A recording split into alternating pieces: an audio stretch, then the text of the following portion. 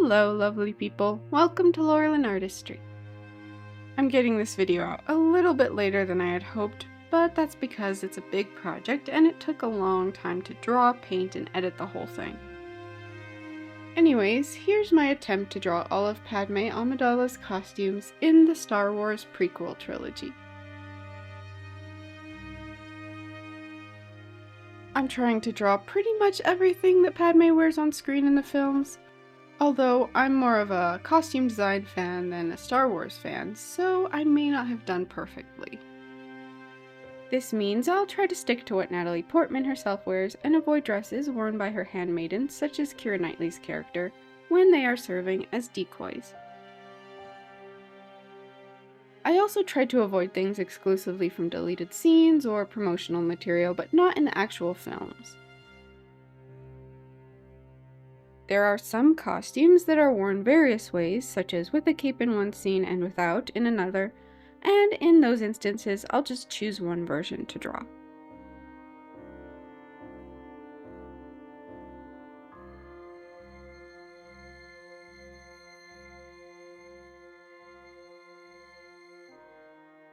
The first costume we see for Queen Amidala is a rich red robe style gown, trimmed in fur, with a hair-styled headpiece that frames her head. Got a kind of cone-shaped skirt with these glowing yellow oval things, and for some reason my brain associates them with spider eyes, which makes them a tad unappealing to me. You know, this dress kind of looks like something a noble in the Fire Nation from Avatar might wear. I don't know if the order of all these is exact because I haven't watched the movies in a long time, but the next one I draw is Padmé's peasantish tunic outfit she wears when disguised as a handmaiden on Tatooine.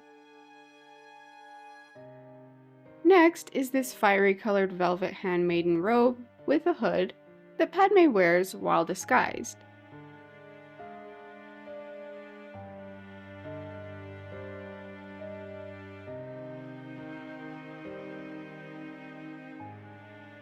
This silk costume is very clearly kimono inspired. It's got big draping sleeves with embroidery down them, and a thick obi-style sash. The sleeves are very rounded, which creates an interesting look. This outfit's got a big fan-shaped headdress with strings of beads draped over her forehead and dangling down the sides of her face. Now, this next outfit I have a particular bias towards. Her Senate outfit features this massive headdress along with some other features that are Mongolian inspired, and I love it. Mongolia has some really cool traditional clothes, and it's fun to see such a big franchise as Star Wars take inspiration from it. This gown is black, and like many of the darker colored costumes, I had a bit of a difficult time making out all the exact details. It has these beaded emblem type designs in the front and on the sleeves, and she has a fan-shaped hairstyle. You know, this is supposed to be a traveling dress, but it seems rather impractical and uncomfortable to travel in to me. Though I guess she's not traveling in an economy class airplane seat like I would be. But now I'm imagining her trying to squeeze into one of those seats in this dress. Another handmaiden outfit Padmé wears, this one is what she wears during the Battle of Naboo. It's got draping cape sleeves and is open in the front with pants and boots. The last outfit she wears in The Phantom Menace is this celebratory white dress with a ruffly pink and yellow cape. It's got this thing in the back that I think is meant to evoke a Tudor-era ruff, but I always thought it looked like she had a paper umbrella stuck to her back. In Attack of the Clones, Padmé is no longer the queen, but instead a senator, which was definitely a disappointing downgrade to me when I was watching as a kid. Anyways, she's in another disguise, this time wearing a starfighter uniform.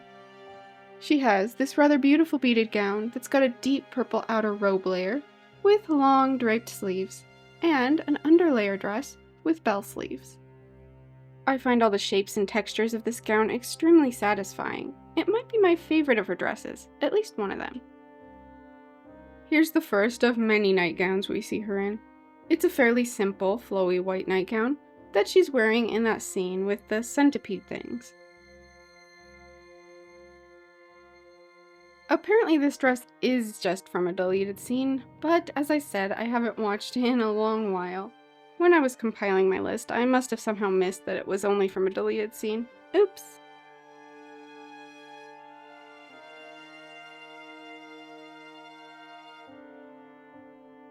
This is another dress I like a lot. It's mostly black and gray, so kind of boring color-wise, but the style of it kind of makes me think of like German Renaissance peasant clothing.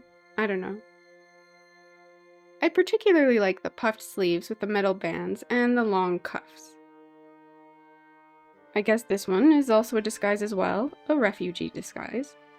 We see two variations of this outfit, one with her headpiece covered in a lace veil that's mustard yellow, and one with it uncovered and a plum-colored cape over the top. Now for this light and flowy dress that is quite a departure from the dresses we have seen her in previously. It's backless and has a silver collar around her neck. It's very draped and butterfly-like with a yellow, pink, and purple ombre. This golden-colored, off-the-shoulder dress she wears for a picnic with Anakin is next. It's a very cheerful and pleasant dress with a flowing skirt and shawl, and ribbons tied on her sleeves and in her hair. Uh-oh, time for the dress I think is the most ridiculous and out-of-place piece ever. Designed by George Lucas himself, this monstrosity is so out of place and weird, I hate it. Now for another nightgown. This one is a white v-neck with embroidery and a blue robe with gold trim on the sleeves.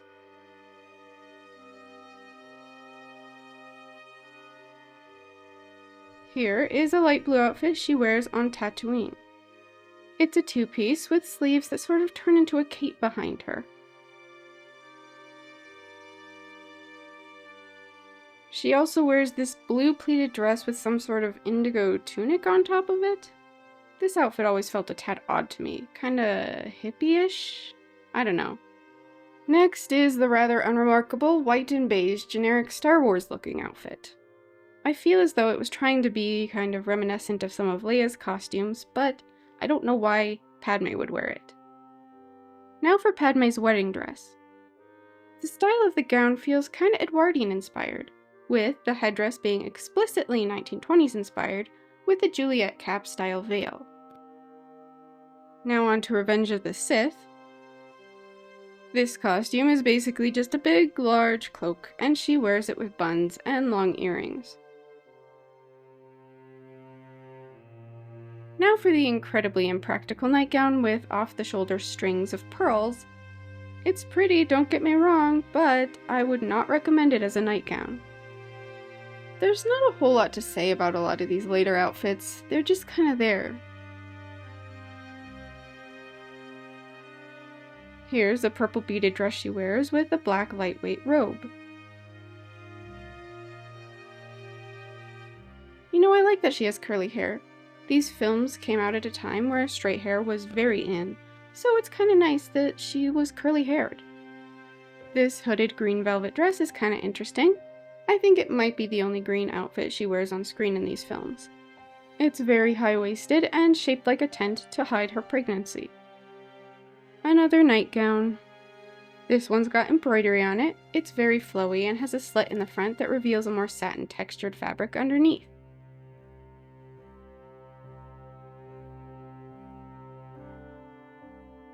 Here's her "This is how Liberty dies" dress.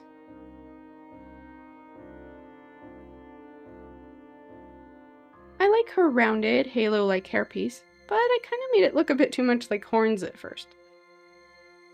Yet another nightgown.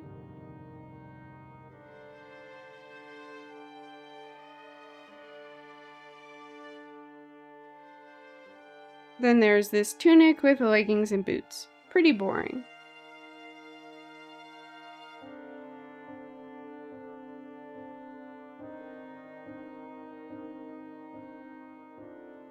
her funeral dress. It's shades of blue and green and is meant to look like water. Her hair has flowers and ribbons in it. It's quite a pretty dress, really. I masked off the areas I wanted to keep white or light and then brushed water over the whole thing. This helps the watercolor bleed to get that kind of flowy look. Now I have fun just painting on the colors.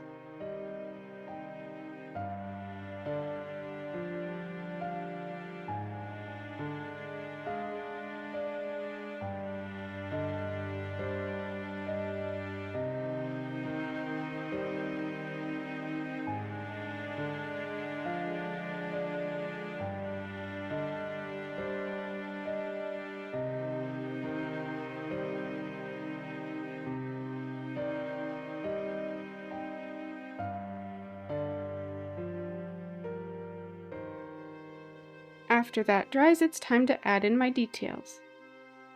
It's all so tiny, so it's hard to get those details like embroidery and such.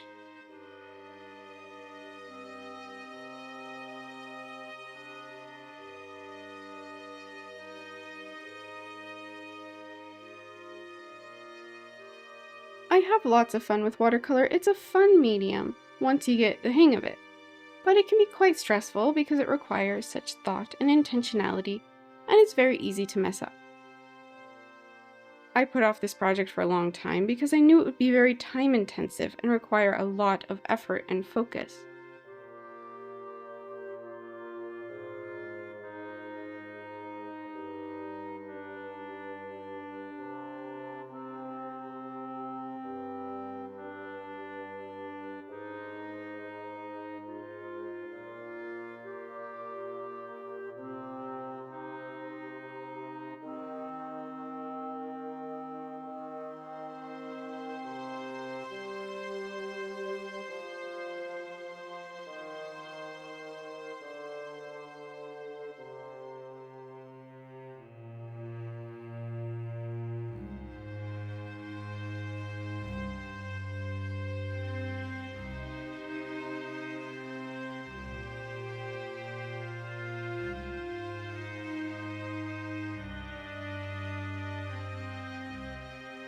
I was really liking how they looked without outlines, and I almost considered leaving them like that, but decided it would be good to go with outlines. Still wondering whether that was the right call, but it definitely makes them stand out more, which is probably helpful since they are very small.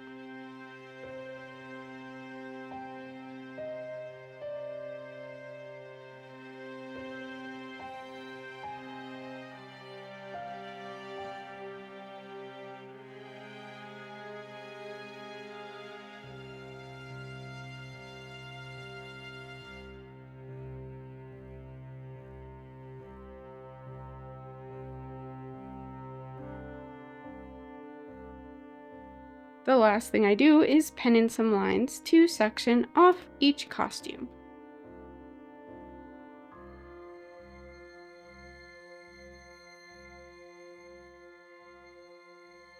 And there we go.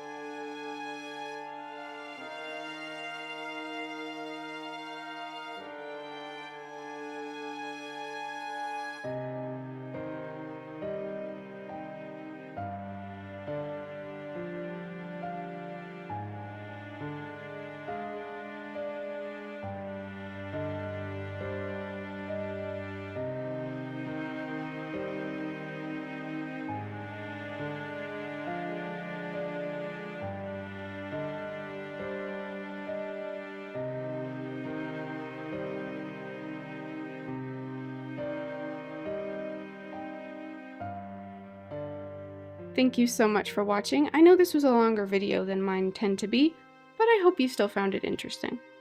And I hope you'll join me again for future videos. In the meantime, remember not to get sand everywhere. Ciao!